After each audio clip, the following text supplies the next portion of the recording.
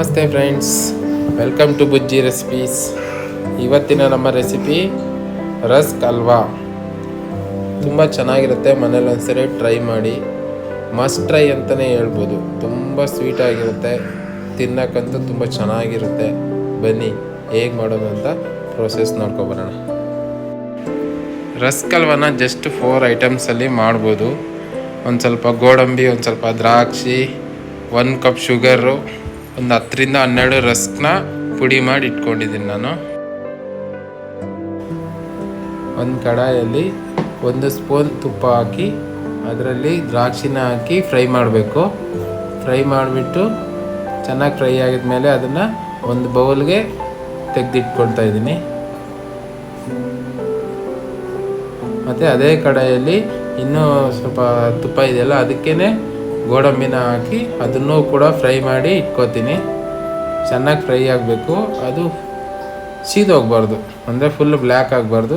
ಕರೆಕ್ಟಾಗಿ ಅದನ್ನು ಫ್ರೈ ಮಾಡ್ಕೋಬೇಕು. ಫ್ರೈ ಮಾಡಿಕೊಂಡು ಅದನ್ನು ಸಪ್ರೇಟಾಗಿ ಇದನ್ನು ಕೂಡ ಸಪ್ರೇಟಾಗಿ ಫ್ರೈ ಮಾಡಬೇಕು. ಫ್ರೈ ಮಾಡಿಬಿಟ್ಟು ಇದನ್ನು ಕೂಡ ಒಂದು ಬೌಲಲ್ಲಿ ನಾನು ಸಪ್ರೇಟ್ ಮಾಡಿ ಎತ್ತಿಟ್ಕೊಳ್ತಾ ಇದ್ದೀನಿ. ಎತ್ತಿಟ್ಕೊಂಡು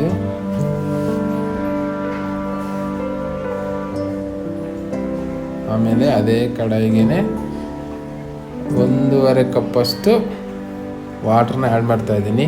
ನಾನು 1 ಕಪ್ ಶುಗರ್ ತಗೊಂಡಿದ್ದೀನಿ, ಅದಕ್ಕೋಸ್ಕರ 1 ಕಪ್ ಶುಗರ್ ಮಾತ್ರ ಆ್ಯಡ್ ಮಾಡ್ತೀನಿ.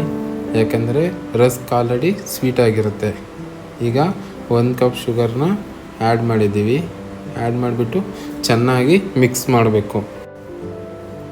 ನಮ್ಮ ಚಾನಲಲ್ಲಿ ಬರುವಂಥ ವೀಡಿಯೋಸ್ ನಿಮ್ಗೆ ಏನಾದರೂ ಇಷ್ಟ ಆದರೆ ದಯವಿಟ್ಟು ಸಬ್ಸ್ಕ್ರೈಬ್ ಮಾಡಿ, ಲೈಕ್ ಮಾಡಿ. ನೀವು ಕೊಡೋಂಥ ಲೈಕು ಸಬ್ಸ್ಕ್ರೈಬಿಂದ ನಮಗಿನ್ನೂ ಹೊಸ ಹೊಸ ವೀಡಿಯೋಸ್ ಮಾಡಬೇಕು ಅನ್ನೋ ಒಂದು ಉತ್ತೇಜನ ಸಿಗುತ್ತೆ. ನೋಡಿ, ಈಗ ಕುದೀತಾ ಇದೆ, ಪಾಕ ಮಾಡ್ಕೋಬೇಕು.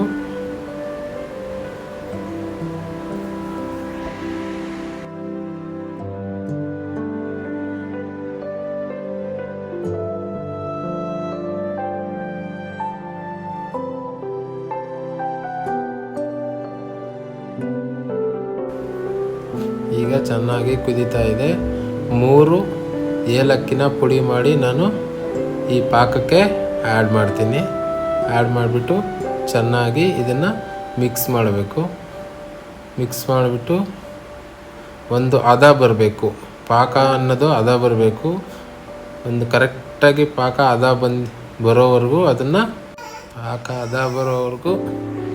ಮಿಕ್ಸ್ ಮಾಡ್ತಾ ಇರಬೇಕು. ನೋಡಿ, ಇವಾಗ ಕರೆಕ್ಟಾಗಿ ಆಗಿದೆ. ನಾನು ಇದಕ್ಕೆ ರಸ್ಕ್ನ ಪುಡಿ ಮಾಡಿ ಇಟ್ಕೊಂಡಿದ್ವಲ್ಲ, ಅದನ್ನು ಇದಕ್ಕೆ ಆ್ಯಡ್ ಮಾಡ್ತೀನಿ. ಇಲ್ಲಿ ನೀವು ಕಂಪಲ್ಸರಿ ಲೋ ಫ್ಲೇಮಲ್ಲೇ ಇರಬೇಕು. ಸ್ಟವ್ ಮಾತ್ರ ಲೋ ಫ್ಲೇಮಲ್ಲೇ ಇರಬೇಕು. ಲೋ ಫ್ಲೇಮಲ್ಲಿ ಇಟ್ಕೊಂಡು ಇದನ್ನು ಚೆನ್ನಾಗಿ ಮಿಕ್ಸ್ ಮಾಡಬೇಕು.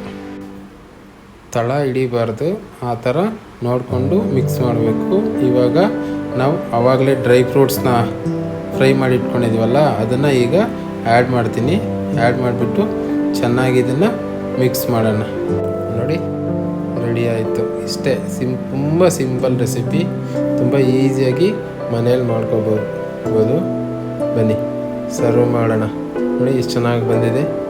ತುಂಬ ಟೇಸ್ಟಾಗಿರುತ್ತೆ. ಮಾತ್ರ ಮನೇಲಿ ಕಂಪಲ್ಸರಿ ಟ್ರೈ ಮಾಡಿ. ಈ ವಿಡಿಯೋ ಇಷ್ಟ ಆದರೆ ದಯವಿಟ್ಟು ಶೇರ್ ಮಾಡಿ, ಸಬ್ಸ್ಕ್ರೈಬ್ ಮಾಡಿ, ಲೈಕ್ ಮಾಡಿ. Thank you.